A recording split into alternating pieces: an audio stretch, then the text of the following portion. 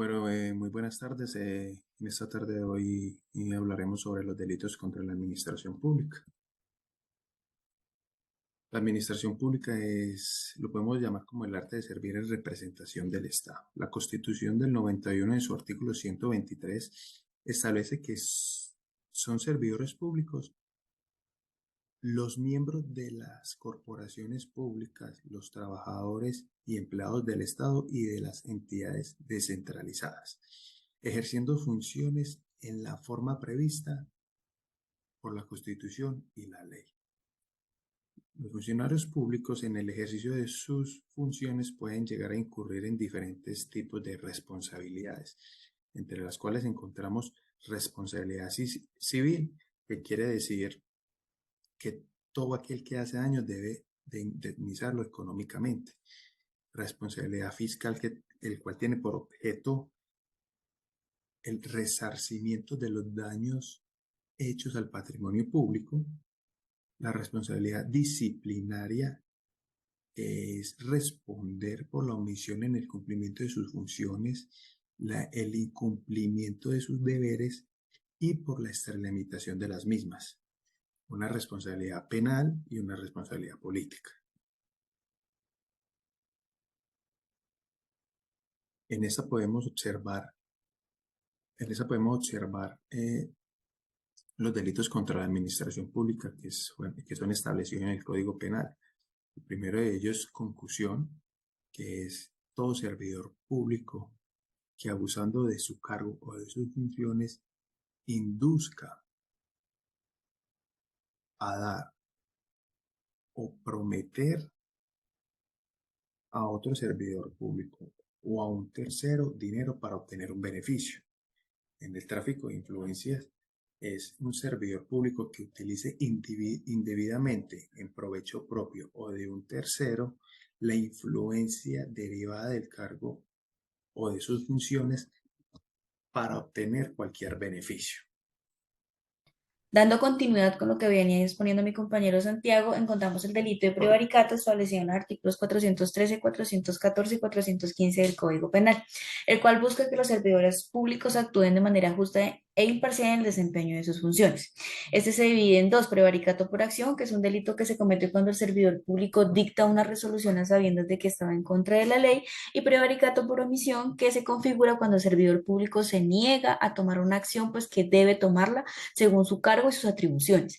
En el artículo 415 encontramos circunstancias de agravación punitiva, es decir, que la pena se aumenta cuando esas circunstancias o esas conductas se realicen en actuaciones administrativas que se adelantan por delitos de genocidio, homicidio, tortura, desaparición forzada, desplazamiento forzado, secuestro, entre otros. Por otro lado, encontramos la celebración indebida de contratos, que se estableció con el fin pues, de proteger los principios constitucionales del ámbito administrativo y la función pública. En el artículo 408 encontramos la celebración indebida de contratos con violación al régimen legal o constitucional de inhabilidades e incompatibilidades. Y esta se configura cuando existe en la contratación limitaciones a la capacidad jurídica que tienen las personas para contratar con el Estado. Y en el artículo 409 encontramos el interés indebido en la celebración de contratos, configurado cuando el servidor público se interesa en un contrato donde éste debe intervenir con el propósito de sacar pues, provecho para él o para un tercero. Y en el artículo 410 encontramos la celebración de contratos sin el cumplimiento de los requisitos legales, es decir, que el servidor público en el marco de sus funciones tramita, celebra contratos sin la observancia de los requisitos legales sustanciales para cada modalidad de contratación, o liquida el contrato sin verificar el cumplimiento de estos ya referidos.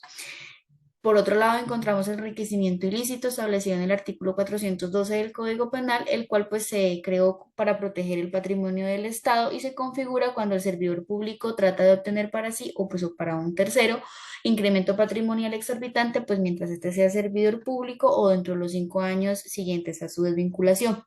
En cuanto a estos delitos ya mencionados, todos conllevan a una prisión, a multa e inhabilidad, cada uno conforme lo establece el Código Penal para cada delito, y la Ley 1474 del 2011 estableció que hay un aumento de penas para los funcionarios públicos de los organismos de control, pues esto por la calidad que estos tienen, pues conforme a lo que ya lo había establecido mi compañero Santiago y lo había expuesto aquí.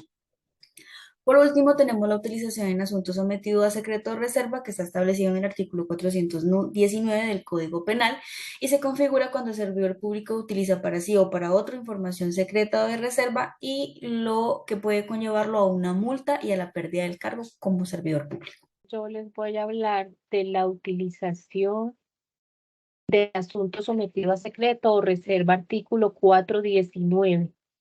Este se configura cuando un servidor público que está empleado en un cargo directivo por su posición tiene acceso a información privilegiada que no es de uso público y este termina revelando la información, bien sea para beneficio propio o para bien de un tercero. Entonces este delito pues se configura así y tiene pues una multa y la pérdida del empleo. El cohecho pues se materializa cuando un servidor público recibe para sí mismo o para un tercero, o le ofrecen una promesa de una remuneración, o le ofrece este servidor público a otro servidor público un dinero para retardar o omitir un acto propio de su cargo o para ejecutar una función contraria a las de sus deberes. Y el otro, pues es el peculado. El peculado se materializa cuando un funcionario tiene a cargo bienes del Estado y se apropia de ellos o los usa indebidamente. Este delito acarrea una prisión de 6 a 15 años o una multa equivalente al valor apropiado, siempre esta no exceda los 150.000 salarios mínimos legales vigentes. Además, acarrea la inhabilidad para ejercer derechos de funciones públicas o pues ejercer cargos públicos. Bien, el 46% de las irregularidades en los procesos de contratación pública siguen siendo la principal forma de corrupción administrativa, desafortunadamente.